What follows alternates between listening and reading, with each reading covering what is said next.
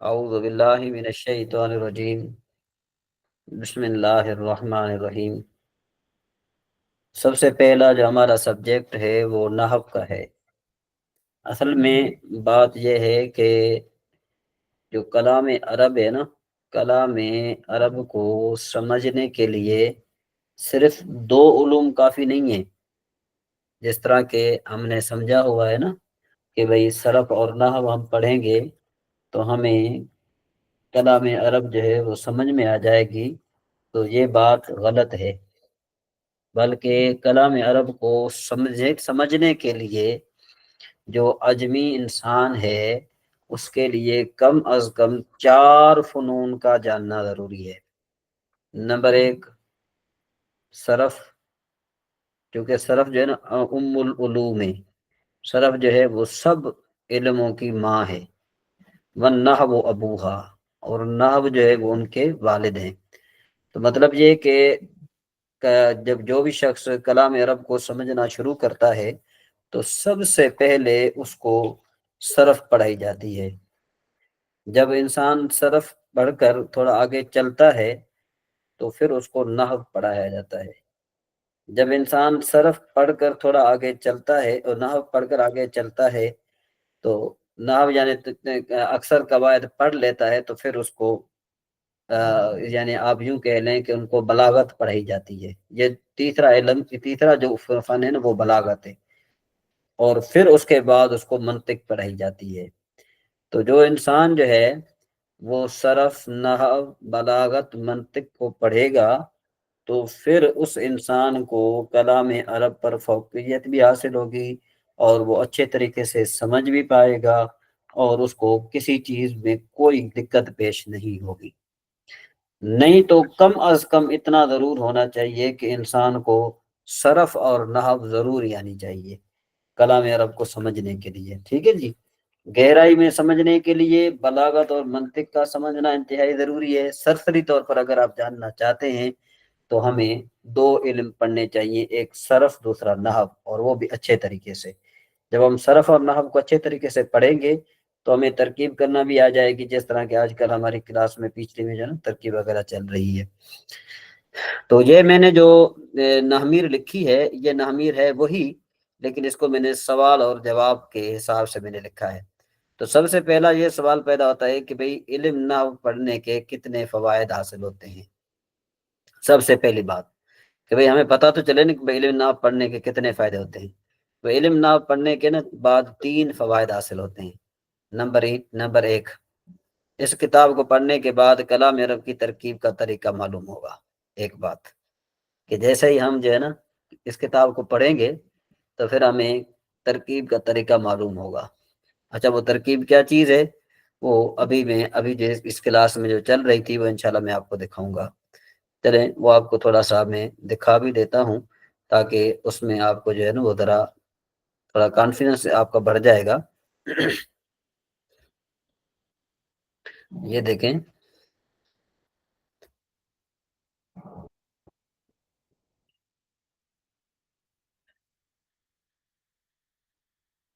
یہ چیز ہے۔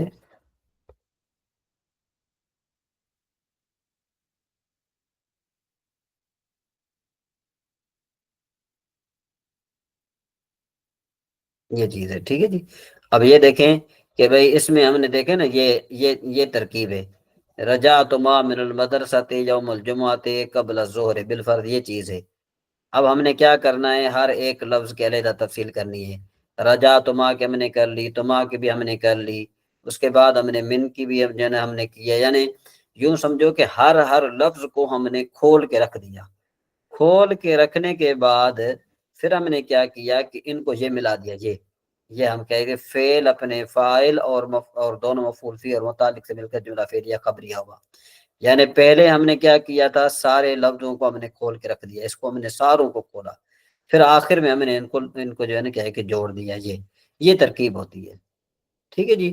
تو یہ ترکیب جو ہے نا کیا ہے کہ ہمیں معلوم ہوگی کب جب ہم یہ کتاب پڑھیں گے۔ اچھا، اس کتاب کو پڑھنے کے بعد معرب اور مبنی کی پہچان ہوگی۔ تو بعض کلمات وہ ہوتے ہیں کہ جن کا آخر بدل جاتا ہے، ہمیں پتہ چلتا ہے، اور بعض وہ کلمات ہوتے ہیں جن کا آخر نہیں بدلتا، تو جن کا آخر بدلتا ہے ان کو معرب کہتے ہیں، جن کا آخر نہیں بدلتا اس کو مبنی کہتے ہیں۔ تیسرا فائدہ جو ہے کہ اس کتاب کو پڑھنے کے بعد کلام عرب کو پڑھنے میں آسانی پیدا ہوگی، یعنی جو بھی انسان یہ علم پڑھے گا نا، جو انسان بھی یہ علم پڑھے گا وہ عربی عبارت کو بغیر اعراب کے آسانی کے ساتھ پڑھ لے گا۔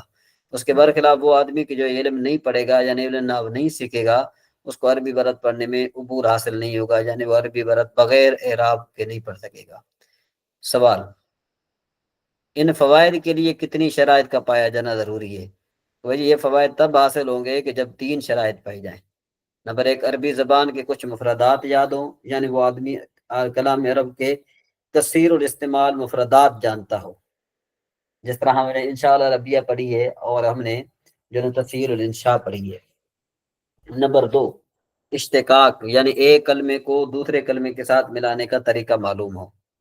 نمبر 3، صرف کے اہم مسائل یاد ہوں، یعنی بنائیں کس طرح بنائے جاتے ہیں، ضربہ کو کس طرح بنایا گیا اور ضربہ ضربت کو کس طرح بنایا گیا، یہ ہمیں معلومات ہو۔ تعلیلات اور قوانین اچھے طریقے سے یاد ہو۔ ٹھیک ہے جی۔ اس کے بعد دوسرا سبق ہے کہ یہ تو آپ جانتے ہیں، اس وجہ سے ہم ذرا آگے چلتے ہیں کہ لفظ کی کتنی اقسام ہیں، کہ لفظ کی 2 قسمیں ہیں۔ نمبر 1 مستعمل، نمبر 2 غیر مستعمل۔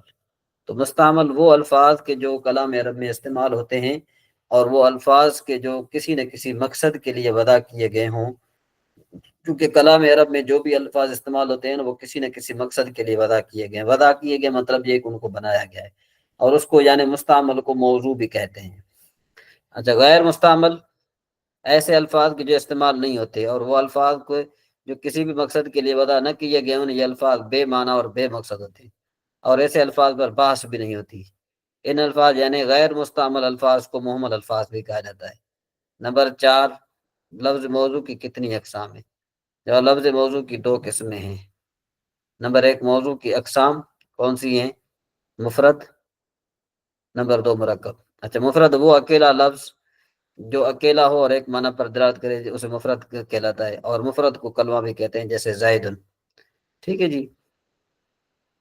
اور اس کے علاوہ مرکب اس لفظ کہتے ہیں کہ جو 2 یا 2 سے زیادہ کلمات سے مل کر بنے، جیسے عبداللہ۔ سوال نمبر 5 ہے، لفظ مفرد کی کتنی اقسام ہیں؟ جواب: کلمے کی 3 قسمیں ہیں۔ مفرد یا کلمہ ایک چیز ہے، اس لیے یہاں پر میں نے سوال میں مفرد لکھا، ادھر کلمہ لکھا، دونوں ایک چیز ہیں۔ ٹھیک ہے جی۔ اچھا، اسم وہ لفظ ہے جو اپنے معنی پر بذات خود دلالت کرے، اس کا معنی 3 زمانوں میں سے کسی بھی ایک زمانے کے ساتھ ملا ہوا نہ ہو۔ اس کی مثال جیسے رجل۔ فعل وہ کلمہ وہ لفظ ہے کہ جو اپنے معنی پر بذات خود دلالت کرے اور اس کا معنی 3 زمانوں میں سے کسی ایک زمانے کے ساتھ ملا ہوا ہو۔ اس کی مثال جیسے فعل ماضی میں جیسے ضربا، مارا اسے ایک مرد نے۔ فعل مضارع میں جیسے یضرب، مانے مارتا ہے یا مارے گا۔ کیونکہ فعل مضارع میں حال استقبال وانا ہوتا ہے، اس لیے یہ فعل حال اور مستقبل کی مثال بن سکتا ہے۔ اس کے بعد حرف وہ لفظ ہے کہ جو بذات خود اپنے معنی پر دلالت نہ کرے، بلکہ وہ اپنا معنی ظاہر کرنے کے لیے غیر یعنی کسی دوسرے کلمے کا محتاج ہو۔ ویسے تو یہ خود اپنے معنی پر دلالت کرتا ہے، جیسے حل مانے کیا۔ اچھا، سبق نمبر 3 ہے، یہ چونکہ آسان ہے، ہمیں اگلی کلاس کے ساتھ ملنا ہے، تو اس لیے جو ہے نا ہم اس کو ذرا آگے پڑھ لیتے ہیں کہ جب مرکب کتنی اقسام ہے، ہر ایک کی تعریف مثال بیان کرے۔ یعنی مرکب کی 2 اقسام ہیں، ہر ایک کی تعریف درج ذیل مذکور ہے۔ مرکب مفید اس مرکب کو کہتے ہیں کہ جس کا متکلم یعنی بات کہنے والا اپنی بات کہہ کر خاموش ہو جائے اور سامع یعنی سننے والے کو کوئی خبر یا طلب معلوم ہو، جیسے زید القائم، زید کھڑا ہونے والا ہے۔ اچھا، فائدہ: مرکب مفید کو جملہ اور کلام تام بھی کہتے ہیں۔ اچھا، مرکب مفید غیر مفید اس مرکب کو کہتے ہیں کہ جس کا متکلم یعنی بات کہہ کر خاموش ہو جائے اور سامع کو کوئی خبر یا طلب معلوم نہ ہو، اسے کیا کہتے ہیں؟ اسے کہتے ہیں مرکب غیر مفید۔ جی، بات سمجھ میں آ گئی؟ جیسے غلام و زید۔ جی قاری صاحب۔ جی جامی صاحب، سبق سمجھ میں آ رہا ہے؟ جی حضور۔ اچھا جی۔ اس کے بعد سوال نمبر 7 ہے کہ جملہ کی کتنی اقسام ہیں؟ کہ بھئی جواب: مرکب مفید کہ جس کو جملہ اور کلام تام بھی کہتے ہیں، اس کی 2 قسمیں ہیں۔ نمبر 1 جملہ خبریہ، نمبر 2 جملہ انشائیہ۔ اچھا، جملہ خبریہ وہ جملہ جس کے کہنے والے کو سچ یا جھوٹ سے متصف یعنی موصوف کیا جا سکے، اس کو سچا یا جھوٹا کہا جا سکتے، جیسے زید القائم۔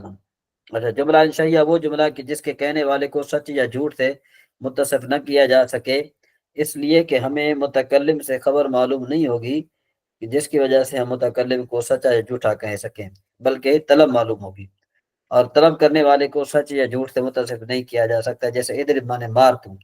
اب اس میں کہنے والے کو سچ یا جھوٹ سے متصف کیسے کیا جا سکتا ہے؟ ہیں جی، میں کہوں جی پانی پلاؤ، نہ کہے گا جی آپ جھوٹ بول رہے ہیں، آپ سچ کہہ رہے ہیں، ٹھیک ہے جی، پانی پلاؤ کا مطلب کیا، بندہ پانی پلا۔ اچھا، سوال نمبر 8، چلے یہ تھوڑا لمبا ہے، وہ انشاءاللہ تبارک و تعالی بلکہ یہ 4 تک ہم پورا کر لیتے ہیں۔ سوال نمبر 8، جملہ خبریہ کی کتنی اقسام ہیں؟ جملہ خبریہ کی 2 قسمیں ہیں۔ جملہ یہ اسمیہ اس جملے کہتے ہیں کہ جس کی پہلی جز اسم ہو جبکہ اس کی دوسری جز چاہے اسم ہو یا فعل ہو۔ پہلی اور دوسری جز اسم ہو تو اسم ہو، اس کی مثال، یہ اصل میں تھا اسم، یہ غلط ہو گیا، ٹھیک ہے جی۔ اسم ہو، اس کی مثال جیسے زید عالم، یعنی زید جاننے والا ہے، اس کی پہلی جز مثنیٰ دے ہے جس کو مبتدا کہتے ہیں۔ میں ذرا اس کی تصویر لے لیتا ہوں تاکہ بعد میں پھر اس کو جو ہے نا سیٹ کرتا رہوں، ایک منٹ۔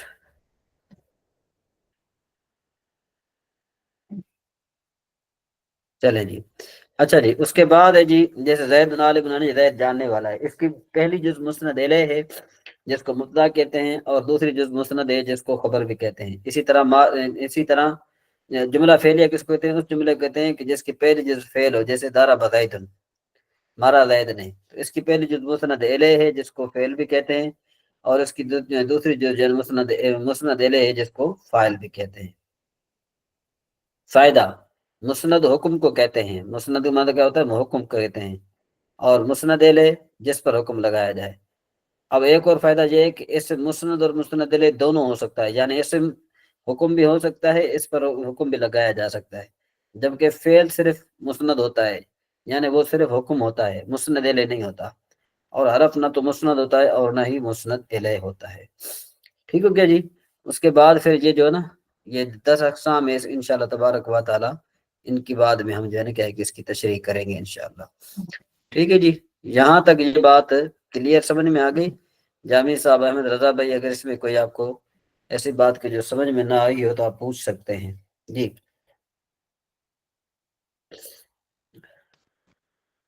سب ابھی آسان شروع ہوا ہے، سبق کا آغاز ہے نا؟ ہاں صحیح صحیح جی، جامع صاحب اس میں تو کوئی دقت تو نہیں ہے نا؟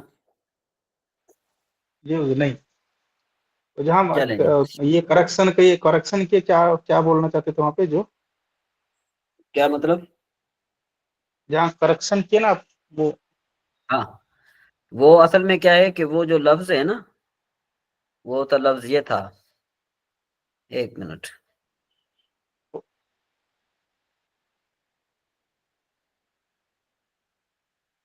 یہ ہاں اصل میں کیا ہے نا، اور جس کی پہلی دوسری جز جو اسم ہو، اس جی کی دوسری جز، ہاں نہیں بھائی، اسم ہو یا فعل ہو، پہلی اور دوسری جز اسم ہو اس کی مثال، ٹھیک ہے نا جی؟ یہ جو ہے نا کیا ہے کہ ہے جو تم ہے نا، یہ جو جی ہے یہ غلطی ہوگی، یہ اچھا یعنی اسم اصل ہو، عبارت یہ ہے، کیا ہے، پہلی اور دوسری جو اسم ہو، اب صحیح بنتا ہے نا؟ جی جی جی جی نہیں سمجھ آئی بات؟ جی بات سمجھ میں آ رہی ہے؟ جی حضور، احمد رضا بھائی ہاں آواز دیجیے۔ جی جی آ رہی ہے آواز بالکل۔ جی ٹھیک ہو گیا، اس کو میں کریکشن کر دوں گا نا اس کو، ٹھیک ہے جی نا جی، حضور، یعنی یہ چیز جو ہے نا یہ تھوڑی کریکشن میں اس کو کر دوں گا۔ اچھا، اس کے بعد آگے چلتے ہیں ہم، میزان الصرف پہ آتے ہیں ہم۔ اچھا، علم صرف، سب سے پہلے ہمیں علم صرف کی تعریف چاہیے کہ بھئی اس علم کو کہتے ہیں کہ جس کے ذریعے ایک کلمے کو دوسرے کلمے سے بنانے کا طریقہ اور اس میں مختلف تبدیلیاں معرب اور مبنی ہونے کے علاوہ بیان کی جائیں۔ معرب اور مبنی ہونا نہیں، معرب اور مبنی ہونے کے علاوہ بیان کی جائیں۔ علم صرف کا جو موضوع ہے، علم صرف کا جو موضوع کلمہ ہے، سیگا ہونے کے اعتبار سے، یعنی یہ کون سا سیگا ہے، اور علم صرف کی غرض سیگوں کو بنانے اور اس میں مختلف قسم کی تبدیلیاں کرنے میں ذہن کو لفظی غلطی سے بچانا ہے، یعنی ذہن کو لفظی غلطی سے بچانا ہے، اس کو کیا کہتے ہیں، علم صرف کی غرض ہے۔ اچھا لفظ کی تعریف کیا ہے؟ اس کو کہتے ہیں جس کے ساتھ انسان تلفظ کرے اور اس کا لغوی معنی پھینکنا. تو اس کی دو قسمیں محمل اور مفرد، یہ ہم نے پڑھ لی تھی، ابھی ہم نے پڑھی اس میں، ٹھیک ہے جی. تو لہذا ہم اس میں نہیں پڑھتے. اب ہم ذرا آتے ہیں سوال کی طرف کہ علم صرف پہلے اور علم نحو بعد میں کیوں پڑھایا جاتا ہے. اس کی طرف ہم آتے ہیں. کہتے ہیں کہ بھائی یہ جو صرفی ہے نا، صرفی یہ مفردات سے بحث کرتے ہیں، جبکہ نحوی جو ہے مرکبات سے بحث کرتے ہیں. اور مفرد مرکب سے طبعاً پہلے ہوتا ہے، یعنی پہلے مفرد ہوتا ہے اور بعد میں مرکب ہوتا ہے. تو اس لیے علم صرف پہلے اور علم نحو بعد میں پڑھایا جاتا ہے. جی جامی صاحب یہ سوال سمجھ میں آ گیا؟ علم صرف پہلے اور علم نحو بعد میں کیوں پڑھایا جاتا ہے؟ اس لیے کہ بھئی صرفی مفردات سے بحث کرتے ہیں. جی جاوید صاحب یہ سمجھ میں آ رہی ہے بات؟ احمد رضا بھائی صرفی مفردات سے بحث کرتے ہیں. ہاں، یعنی صرفی یہ کہتے ہیں کہ بھئی یہ لفظ جو ہے نا یہ کس سے بنا، اور جو ہوتے ہیں نحوی وہ پورے کلام کی بحث کرتے ہیں کہ بھئی زید قائم، یہ جملہ پورا جملے کی بحث کرتے ہیں. تو وہ پورے جملے کی بحث کرتے ہیں، یہ مفردات کی بحث کرتے ہیں. اور جو مفرد ہے پہلے مفرد ہوتا ہے، اس سے پھر مرکب بنتا ہے. تو چونکہ پہلے مفرد ہوتا ہے اس وجہ سے گویا کہ جو صرف ہے وہ مفرد ہے، جو نحو ہے وہ مرکب ہے. تو مفرد پہلے ہوتا ہے، مرکب بعد میں ہوتا ہے. تو اس وجہ سے انہوں نے پہلے وہ صرف پڑھاتے ہیں پہلے. یہ دوسری کتاب ہے نا؟ یہ جو ہے نا یہ دوسری کتاب ہے نا، میں نے آپ کو بتایا نا یہ میدان الصرف ہے، یہ اوپر نام لکھا ہوا ہے یہ میدان الصرف. آپ ہی کا لکھا ہوا ہے نا؟ یہ میں نے آپ کو بھیجی تھی. ہاں ہاں میں نے بھیجی تھی آپ کو. جی دونوں کتاب آپ کی لکھی ہوئی ہے؟ ہاں دونوں میں نے بھیجی تھی آپ کو. یہ میری خود کی لکھی ہوئی ہیں، یہ میں نے خود لکھی ہے، ٹھیک ہے جی. جی بہت آسان طریقے سے لکھی. جی ہاں اچھا جی، یہ اسم کی تعریف آ گئی، یہ پہلے ہم پڑھ کے آ گئے، سمجھ میں بات؟ اس لیے اس کو ہم ذرا اسکپ کرتے ہیں، آگے چلتے ہیں ہم. اچھا پھر اسم کی 3 قسمیں ہیں، مصدر اور جامد. تو مصدر کو لغوی معنی ہے جائے صدور. صدور کا معنی ہوتا ہے شروع ہونے کی جگہ. مصدر کو مصدر کیوں کہتے ہیں بھائی؟ مصدر کا اس کا معنی ہوتا ہے جائے صدور. صدور معنی کیا ہوتا ہے؟ شروع ہونے کی جگہ. کہ بالفرض دیکھیں کہ بھائی ایک ٹرین ہے، تو ٹرین جہاں سے نکلتی ہے نا، جہاں سے نکلتی ہے ہم کیا کہتے ہیں اس کو؟ شروع ہونے کی جگہ ہے وہ مصدر ہے، یعنی وہ وہاں سے وہ ظاہر ہوتی ہے. ٹھیک ہے نا جی. بالفرض جو ہے نا مجھے تو نہیں پتا انڈیا کے شہروں کا، لیکن یہ کہ میں آپ کو مثال دیتا ہوں، یہ ہے کراچی، یہ اسلام آباد ہے. تو اگر ٹرین کراچی سے چلے گی تو یہ اس کی جائے صدور ہے. تو یعنی یہ مصدر ہے، یہ جو ہے نا کیا ہے کہ اس کے شروع ہونے کی جگہ ہے. تو چونکہ مصدر بھی کیا ہوتا ہے کہ یہ شروع ہونے کی جگہ ہوتا ہے. جیسے الضرب، یہ جو ہے نا الضرب یہ مصدر ہے، ٹھیک ہے جی، یہ مصدر ہے. الضرب یہ مصدر ہے. تو اس سے بہت سارے صیغے بنتے ہیں. اس سے کیا ہے؟ بہت سارے صیغے بنتے ہیں. تو یہ مصدر کو اس لیے مصدر کہا جاتا ہے، یہ سارے صیغوں کے شروع ہونے کی جگہ ہے. جی مصدر کا معنی سمجھ میں آ گیا؟ شروع ہونے کی جگہ. ہاں جی قاری صاحب. اچھا مصدر کی تعریف اسے ہم کہتے ہیں کہ جس سے مختلف اشیاء کو بنایا جائے. اچھا مصدر کی پہچاننے کی علامت کیا ہے؟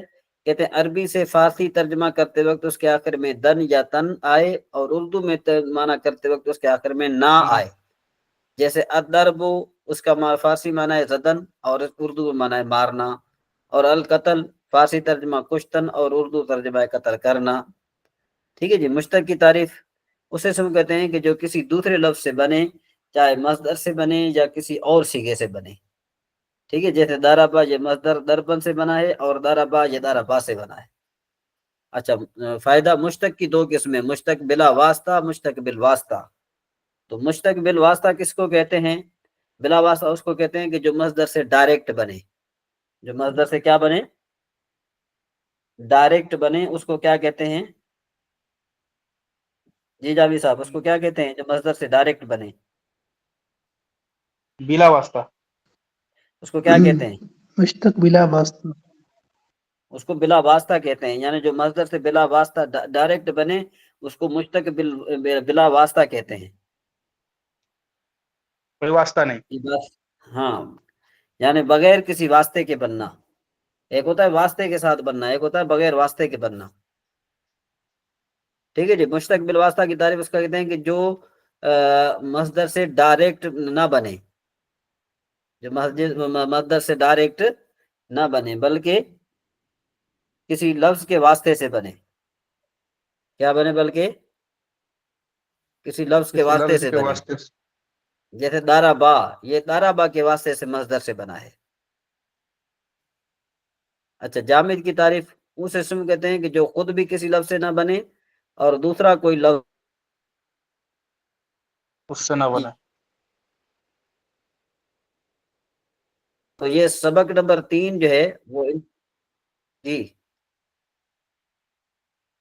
جی جاوید صاحب جی نہیں کچھ کہنا چاہ رہے تھے؟ نہیں. ہاں، تو میرے کہنے کا مطلب یہ ہے کہ یہ آپ کا سبق جو ہے نا ایک مکمل ہوا.